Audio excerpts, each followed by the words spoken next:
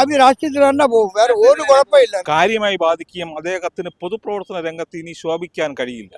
Seat കിട്ടാൻ chance ഇല്ല. കോടതി വിധി പോലെ ഇരിക്കും. വശക്കേട് തന്നെ പിടിച്ചകത്തിടണം. പിന്നെ അല്ല മറ്റുള്ളവർക്ക് കൂടെ നാളെ ഉണ്ടാക്കണ കേസല്ലേ ഉണ്ടാക്കി വെച്ചാൽ. നിലവിൽ ഈ വീഡിയോ എടുക്കുന്ന സമയം വരെ രാഹുൽ മാങ്കൂട്ടം ഒളിവിലാണ്. മുൻകൂർ ജാമ്യത്തിനായി അപേക്ഷ നൽകിയിട്ടുണ്ട്. ബുധനാഴ്ചയായിരിക്കും അത് പരിഗണിക്കുന്നത്. ഇപ്പോൾ ഈ പരിമിതമായ അറിവിൽ രാഹുൽ മാങ്കൂട്ടത്തിൽ കുറ്റക്കാരനാണോ അല്ലയോ എന്നുള്ളതൊന്നും തീരുമാനിക്കേണ്ടത് നമ്മളല്ല, കോടതി തന്നെയാണ്. കോടതി വിധി അത് എന്ത് തന്നെയാണെങ്കിലും വരും. എന്ത് തന്നെയാണെങ്കിലും രാഹുൽ മാങ്കൂട്ടത്തിന്റെ രാഷ്ട്രീയ ഭാവി എന്താകും എന്നുള്ളതാണ് പ്രധാന ചോദ്യം.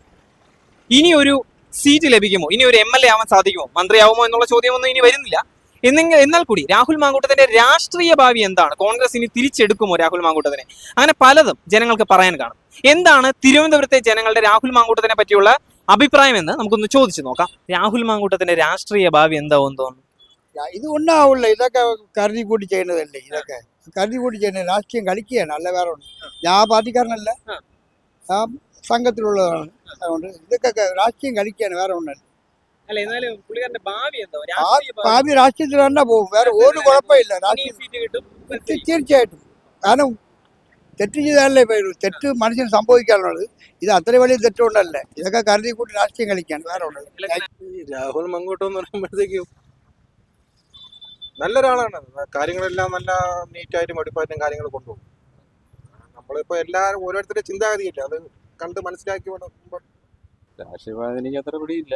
അത് ഒരു തെറ്റ് കാണിച്ചാൽ അത് ശരിയാ തെറ്റാണെന്ന് അവര് കോടതി തീരുമാനിക്കും. അത് കോടതി വിധി പോലെ ഇരിക്കും. അത് രാഷ്ട്രീയഭാഗം സാധ്യത അത് നമുക്ക് പറയാൻ പറ്റൂല. അത് ഇപ്പൊ രാഷ്ട്രീയ കളിയല്ലേ, അതുകൊണ്ട് അവര് രാഷ്ട്രീയമായിട്ട് അവര് പോകും, രാഷ്ട്രീയമായിട്ട് മുമ്പോട്ട് പോകും. തളർച്ച സംഭവിച്ചു. എന്താ സംഭവിച്ചില്ല, അത് വശക്കേട് തന്നെ. ഭാവി തീർച്ചയായും ഉണ്ടാവും.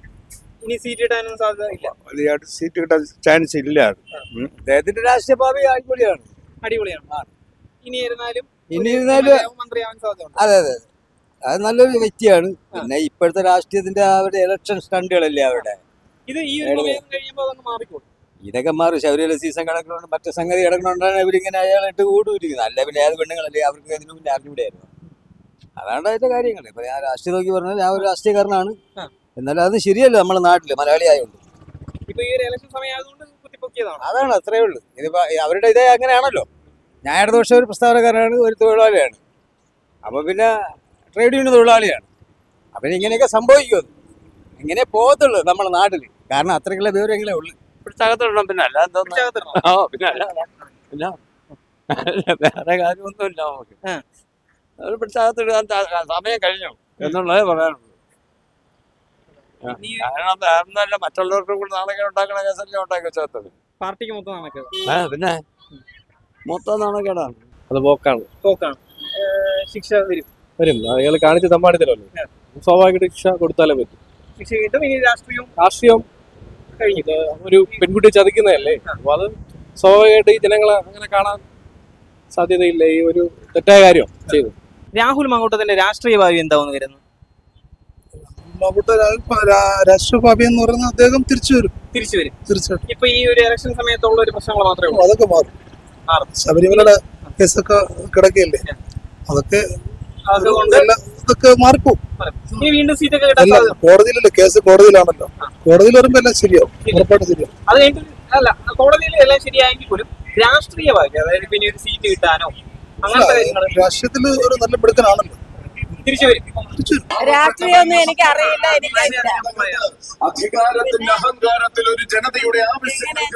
നല്ലതാണെന്ന് തോന്നുന്നു. കുറെ നാളായില്ലേ ഒരു ഇതിന് സ്ഥാനത്ത് വന്നിട്ട്. അപ്പൊ ഇനി അത് വന്നാൽ ചിലപ്പോ നല്ല ഒരു ഭരണം കാഴ്ചവെക്കുമെന്നാണ് എനിക്ക് തോന്നുന്നത്. അങ്ങനെ ആവുമെന്നറിയില്ല. ഇപ്പൊ ഉള്ള ആരോപണം അത് ശരിയാണെന്ന് കണ്ടുപിടിച്ചിട്ട് ആൾക്ക് അയാൾ ചെയ്തത് തെറ്റാണെന്ന് കണ്ടുപിടിച്ചാൽ അയാൾ അതിനുള്ള ശിക്ഷ അനുഭവിക്കുക തന്നെ വേണം. തെറ്റല്ലാന്ന് കണ്ടാലും കൂടി ഭാവി രാഷ്ട്രീയ ഭാവി എന്താവും? അതായത് ഇനി ഒരു സീറ്റ് കിട്ടാൻ സാധ്യത ഉണ്ടോ, അല്ലെങ്കിൽ ഇനി അത് എത്രത്തോളം ഒരു ഉണ്ടാവില്ലെന്നാണ് എന്റെ ഒരു അഭിപ്രായം. തീരാനാണ് സാധ്യത. ഒരു പൊതുപ്രവർത്തകൻ സമൂഹത്തോടും ജനങ്ങളോടും പ്രതിബദ്ധതയുള്ളതും അവരെ മാതൃകയാക്കുന്ന ഒരുപാട് ആളുകളുണ്ട്. അവർക്കൊരു മാതൃകയാകേണ്ട പൊതുപ്രവർത്തകർ ഇത്തരത്തിലുള്ള പ്രവർത്തികൾ ഏർപ്പെടുന്നത് ശരിയായ നടപടിയേ അല്ല. ഇത് അദ്ദേഹത്തിന് രാഷ്ട്രീയ ഭാവിയെ കാര്യമായി ബാധിക്കുകയും അദ്ദേഹത്തിന് പൊതുപ്രവർത്തന രംഗത്ത് ഇനി ശോഭിക്കാൻ കഴിയില്ല. ഇതുവരെ ഉണ്ടാക്കിയെടുത്ത ഒരു മൈലേജും എല്ലാം അങ്ങ് പോയി. അത് ഒരാള് ഒരു സമരരംഗത്ത് സ്ഫുടം ചെയ്തെടുക്കുന്ന ആളുകൾ മാത്രമേ ശോഭിക്കാൻ കഴിയൂ. പൊതുപ്രവർത്തന രംഗത്ത് സമരങ്ങളിലൂടെ ത്യാഗങ്ങളിലൂടെ സഹിച്ച് സ്ഫുടം ചെയ്തു വരുന്ന സ്വർണം തന്നെ നമ്മൾ തീയിലിട്ട് ഇത് ചൂടാക്കി ഇത് ചെയ്ത് അപ്പോഴാണ് അതിന് തിളക്കം ലഭിക്കുന്നത്. അപ്പം അത്തരത്തിൽ വരാതെ പെട്ടെന്നൊരു സുപ്രഭാതത്തിൽ കയറി വരികയും അത് ഇദ്ദേഹത്തിന് ഒരുപാട് ഡാമേജ് ചെയ്തു. പെട്ടെന്നൊരു MLA ആയി എന്നുള്ളൊരു ആയതാണ് ഈ അദ്ദേഹത്തിനുണ്ടായ ഏറ്റവും വലിയ വീഴ്ചയ്ക്കും. അത് പെട്ടെന്ന് അധികാരം കിട്ടിയപ്പോൾ അദ്ദേഹത്തിന് എന്തോ ഒരു വലിയ അത്ഭുതങ്ങൾ സ്ഥാപിച്ചു. ഏത് രാഷ്ട്രീയ പാർട്ടിയിലായിരുന്നാലും ആ രാഷ്ട്രീയ പാർട്ടി പറയുന്നത് അനുസരിക്കാനും അതിൻ്റെ ചട്ടക്കൂട്ടിൽ നിന്ന് പ്രവർത്തിക്കാനും കഴിയുന്ന ഈ ആളുകൾക്ക് മാത്രമേ വീണ്ടും ഉയർന്നു വരാൻ കഴിയൂ. ആദ്യം അതിനുള്ളൊരു അവസരം കോൺഗ്രസ് പാർട്ടി അദ്ദേഹത്തിന് കൊടുത്തു. അതിന് ഘടകവിരുദ്ധമായ പ്രവർത്തികളാണ് അദ്ദേഹത്തിൽ നിന്നുള്ള ഉണ്ടായത്.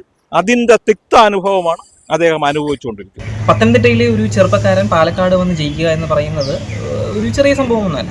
അത്യാവശ്യം കഴിവ് അതിന് വേണം. എന്നാൽ അങ്ങനെ ഒരു വ്യക്തി ഇത്രയും ഹീനമായ പ്രവൃത്തി ചെയ്ത് പിടിക്കപ്പെടുന്നു എന്ന് പറയപ്പെടുന്നത് ഒരു രാഷ്ട്രീയ പ്രവർത്തകർക്ക് തന്നെ നാണക്കേട് ഉണ്ടാക്കുന്ന ഒരു സംഭവം തന്നെയാണ്.